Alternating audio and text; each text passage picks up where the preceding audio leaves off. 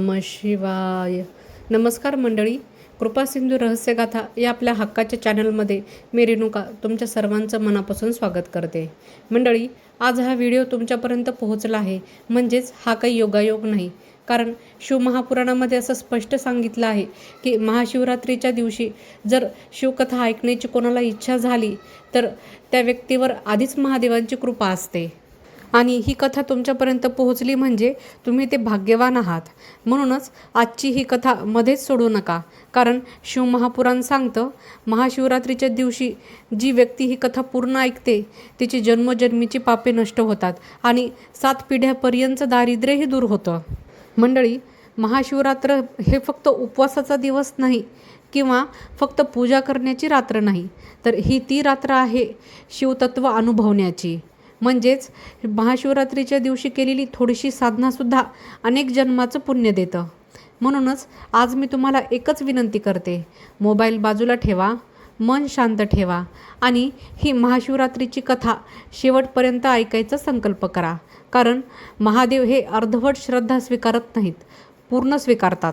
मंडळी, शिवमहापुराणामध्ये असंही सांगितलं गेलं आहे की महाशिवरात्रीच्या दिवशी जो मनुष्य श्रद्धेने शिवकथा ऐकतो त्याच्या जीवनातील मोठमोठे दोष नकळत नष्ट होतात.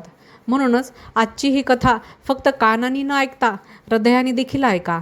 मंडळी, आज तुमचं जीवन कसंही असो, अडचणी असोत, दुःख असो, आजार असो किंवा आर्थिक ताणतणाव असो, महादेव हे कुठल्या आपल्या भक्तांमध्ये फरक करत नाहीत. ते फक्त भक्तांचा भाव पाहतात. मंडळी, आजची रात्र म्हणजेच महाशिवरात्रीची रात्र ही शिव आणि शक्तीच्या मिलनाची आहे. म्हणजेच अज्ञानातून ज्ञानाकडे जाण्याची आहे. म्हणूनच या रात्री ऐकलेली कथा ही जीवनात खोल परिणाम करून जाते. म्हणूनच कथा सुरू होण्याआधी एक छोटासा संकल्प करा, महादेव, मी ही कथा पूर्ण ऐकणार आहे, मध्येच व्हिडिओ बंद करणार नाही. हा संकल्प मनात केला तरी पुरेसा आहे. मंडळी, आणि एक महत्त्वाची गोष्ट लक्षात ठेवा, कथा ऐकत असताना लाईक, शेअर, सबस्क्राईब याचा विचार करू नका. फक्त ऐका. कारण कथा संपल्यावर तुमचंच मन ते सगळं करायला सांगेल. तरीसुद्धा जर ही प्रस्तावना तुमच्या मनाला स्पर्श करून गेली असेल तर समजा महादेवाची कृपा ही तुमच्यावर सुरू झालेली आहे. आता डोळे बंद करा आणि खोल श्वास घ्या आणि मनात एकदाच म्हणा, ओम नमः शिवाय. आणि लक्षात ठेवा, ही कथा पूर्ण ऐकली तर पूर्ण कृपा मिळते. मंडळी, आता आपण महाशिवरात्रीच्या पावन कथेला सुरुवात करूया. मंडळी, शिवमहापुराणानुसार महाशिवरात्र हा दिवस भगवान शिव आणि पार्वती यांच्या विवाहाचा मानला जातो. मंडळी, या दिवशी भगवान शंकर हे अत्यंत जागृत असतात आणि मनापासून केलेली पूजा, उपवास आणि जागरण हे भक्तांचे जीवन बदलून टाकते असं शास्त्रात मानलं जातं. मंडळी, प्राचीन काळात नर्मदा नदीच्या काठी एक घनदाट जंगल होते. त्या जंगलात चित्रभानू नावाचा एक शिकारी राहत होता. तो आपल्या पत्नी, मुलं, वृद्ध आईवडिलांचा उदरनिर्वाह करण्यासाठी शिकार करत असे. पण चित्रभानू हा स्वभावाने खूप क्रूर, खूप दृष्ट आणि खूप कठोर असा होता. प्राण्यांची शिकार करताना त्याच्या मनात कुठेच मायादया येत नव्हती. स्वतःची भूक भागवण्यासाठी तो रोज अनेक निरपराध प्राणी जीव मारत असे. मंडळी, एकदा चित्रभानू याने एका सावकाराकडून कर्ज घेतले होते. वेळेवर कर्ज फेडू न शकल्यामुळे सावकाराने त्याला पकडले आणि एका शिवमठामध्ये बंद करून टाकले. तो दिवस होता महाशिवरात्रीचा. मंडळी, त्या मठात दिवसभर शिवभक्त भजन, कीर्तन आणि शिवकथा सांगत होते. चित्रभानू मात्र उपाशी आणि तापाशीच बसला होता. पण नकळत त्याच्या कानावर महाशिवरात्रीचे महात्म्य पडत होते. संध्याकाळी सावकाराने त्याला धमकी दिली, उद्या सकाळपर्यंत पैसे दिले नाहीस तर याचे परिणाम खूप वाईट होतील. मंडळी, चित्रभानू भीतीने पैसे देण्याचे वचन दिले आणि स्वतःची सुटका करून घेतली. स्वतःची सुटका झाल्यानंतर तो घरी न जाता थेट जंगलात शिकार शोधायला गेला. दिवसभर उपाशी असल्यामुळे त्याला खूप भूक लागली होती. पण रात्री जंगलामध्ये एकही प्राणी दिसत नव्हता. थकून भागून तो एका तलाजवळ जाऊन बसला. तिथे एक मोठं बेलाचं झाड होतं. सुरक्षित जागा म्हणून तो त्या झाडावर चढून बसला. कारण त्याला हे माहीत नव्हतं की त्या झाडाखाली एक शिवलिंग पण आहे. झोप येऊ नये म्हणून तो त्या बेलाची पाने तोडून खाली टाकत होता. पण ती पानं थेट शिवलिंगावर पडत होती. म्हणजेच तो चित्रभानू नावाचा शिकारी दिवसभर उपाशी होता. म्हणजेच त्याच्या हातून नकळत उपवास घडला. रात्रभर जागाच होता. म्हणजेच त्याच्याकडून नकळत जागरण झाले आणि बेलपत्र अर्पण म्हणजेच नकळत त्याच्याकडून हे घडत गेलं. तो बेलाची पाने झाडावरून तोडून खाली टाकत होता आणि ते नकळत शिवलिंगावर पडत होते. म्हणजेच नकळत त्याच्या हातून महाशिवरात्रीच्या दिवशी हे महादेवाची सेवा ही घडत गेली. मंडळी, आता चित्रभानू हा बेलाच्या झाडावर बसून चारही बाजूनी लक्ष ठेवून होता. कारण त्याला प्रचंड भूक लागली होती. पण तरीही तो जागाच होता. कधी कधी झोप येऊ नये म्हणून तो बेलाची पाने तोडून खाली टाकत होता. रात्र हळूहळू पुढे सरकत होती. कारण तेवढ्यात त्याच्या कानावर तलावाकडून हलकीशी हालचाल आली आणि चित्रभानू हा सावध झाला. खाली पाहतो तर काय, एक हरिणी हळूहळू पाणी पेत होती. ती हरिणी ही गर्भवती होती. हे पाहताच चित्रभानूच्या डोळ्यामध्ये भूक चमकली.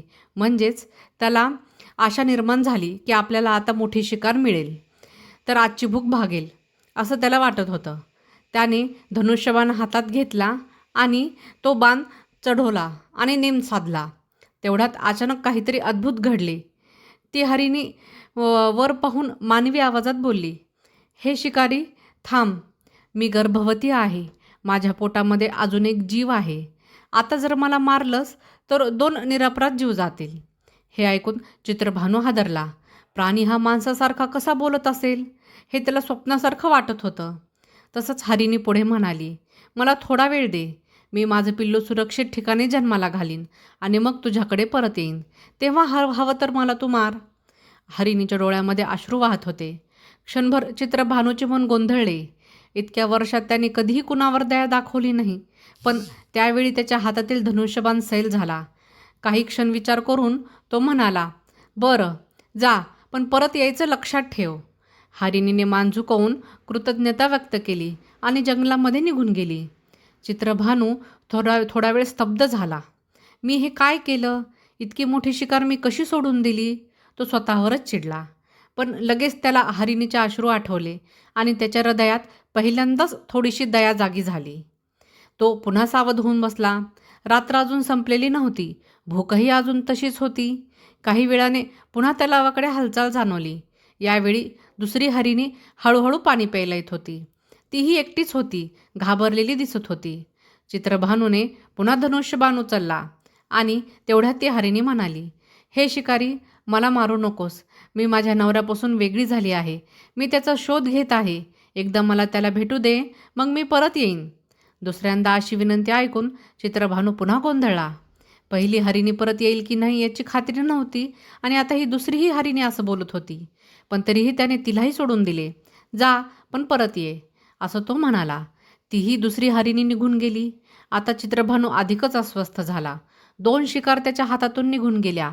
तो झोप येऊ नये म्हणून पुन्हा बेलाची पाने तोडत राहिला आणि ती पानं खाली शिवलिंगावर पडतच होती. रात्र अजूनही पुढे सरकत होती आणि चित्रभानू बेलाच्या झाडावर शांत बसून होता.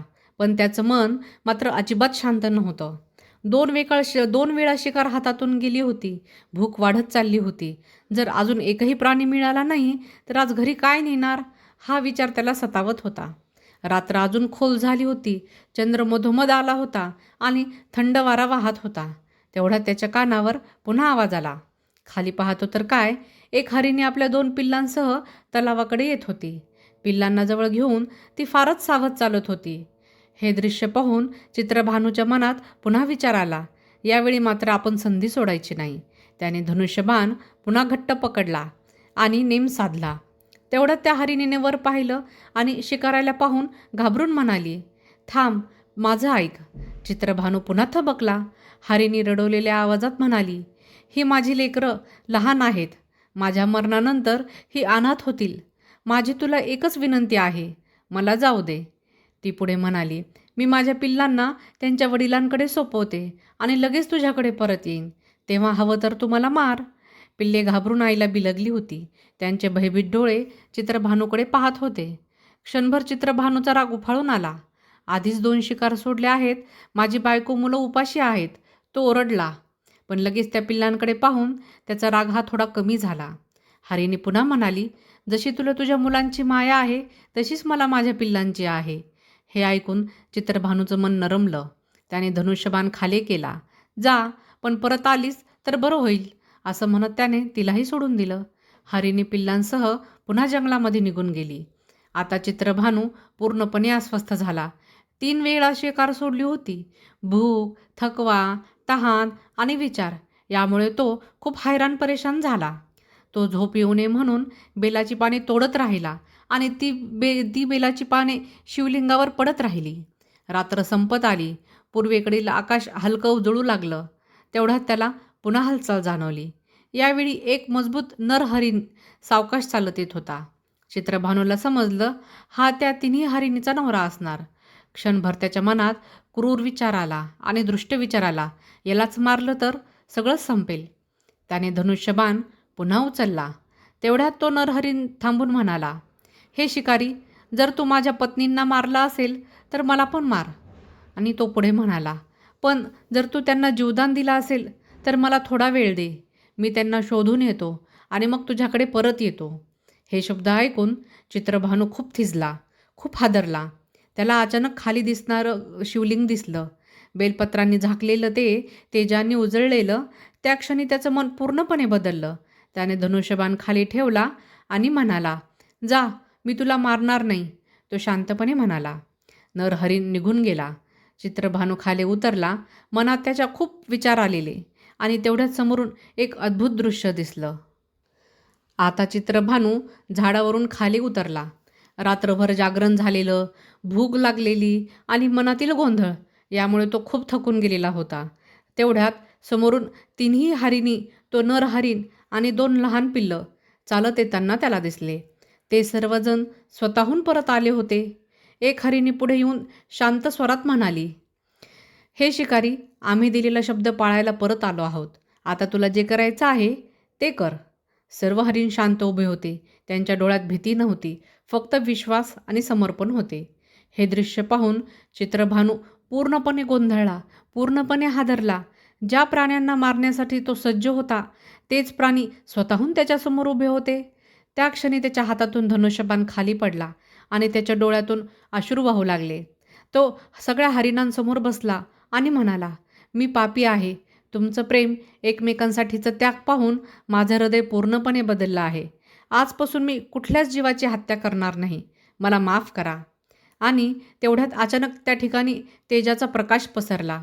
त्या प्रकाशातून भगवान शिवशंकर प्रकट झाले. जटाधारी, नीलकंठ, त्रिशूलधारी महादेव उभे होते.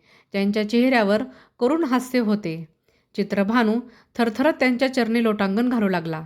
तसं महादेव म्हणाले, उठ चित्रभानू, आज तू नकळत माझं व्रत पूर्ण केलंस.